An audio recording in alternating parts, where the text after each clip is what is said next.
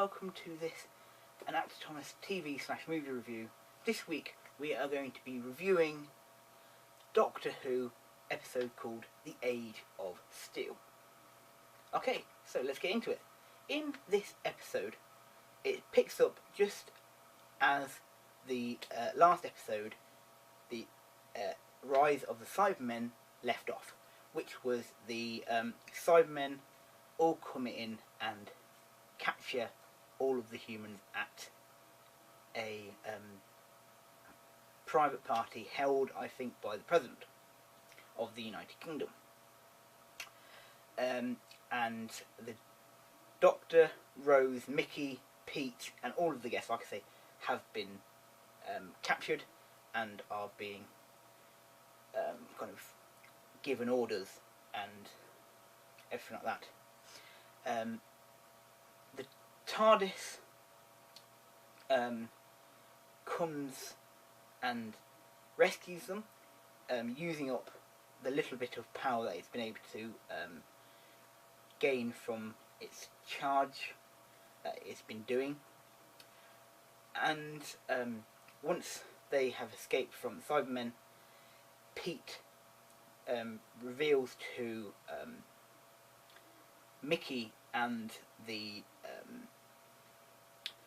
group of people that he's met who are a resistance against the company.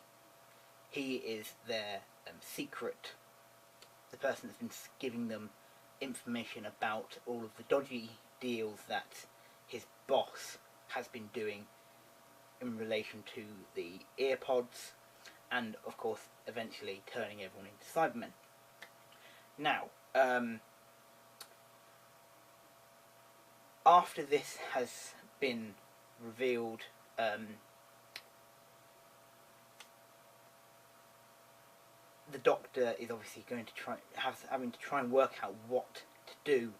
Obviously, we see that the entire way it's been done, humans go into this factory in the hundreds, and after being covered in the metal suit and having all of their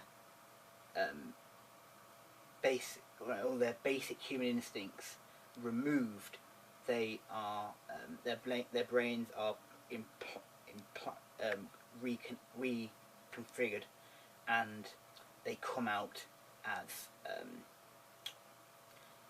obviously cyber people, and they are there wanting to transform all of the other humans in the world.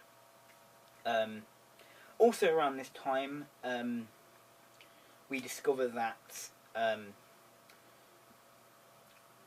Rose talking to Pete and everything like that, you soon discover that they obviously didn't have a daughter, Pete and Jackie, hence why they didn't have this version of Rose. So Rose informs Pete of, in the real world where she comes from, there is a Jackie who lost her Pete years and years ago. With that in mind, you have all of the mind-blowing ideas that this is a parallel universe, and that Mickey could stay here and have his grandmother back, who he lost a few years prior. He could get to know his family.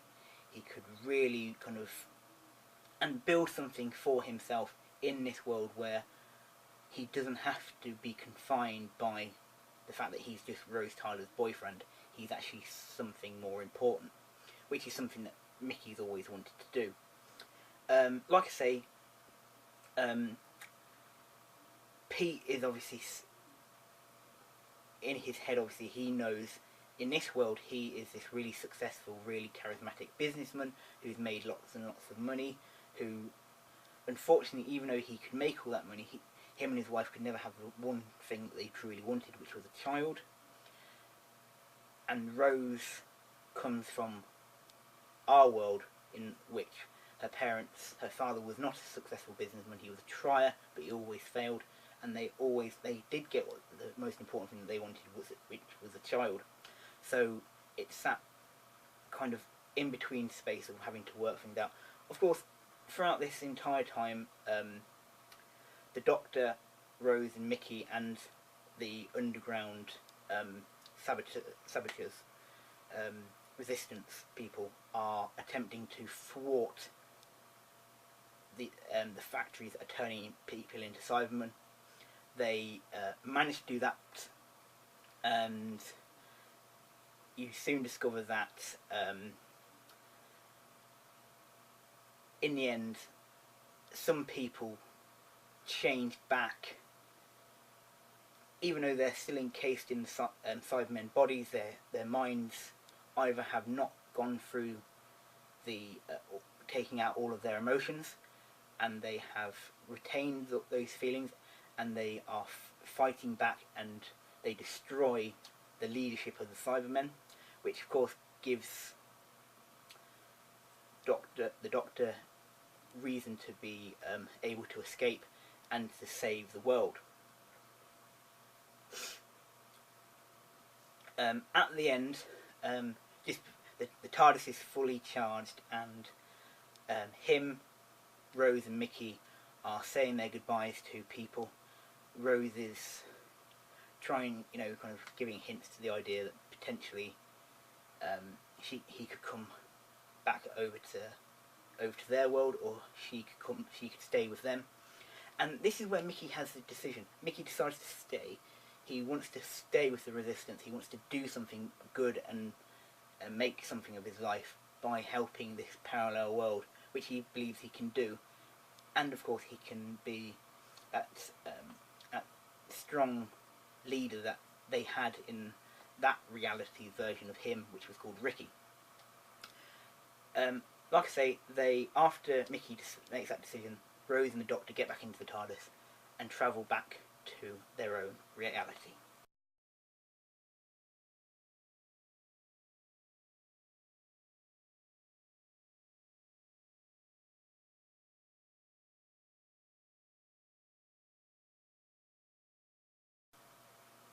Thank you very much for watching. I hope you've enjoyed this episode of Actor Thomas's TV/movie review. The rating that I'm going to give Doctor Who, The Age of Steel, is going to be a number 2. Thank you very much for watching. I hope you've enjoyed this video, and I shall see you next time. Goodbye.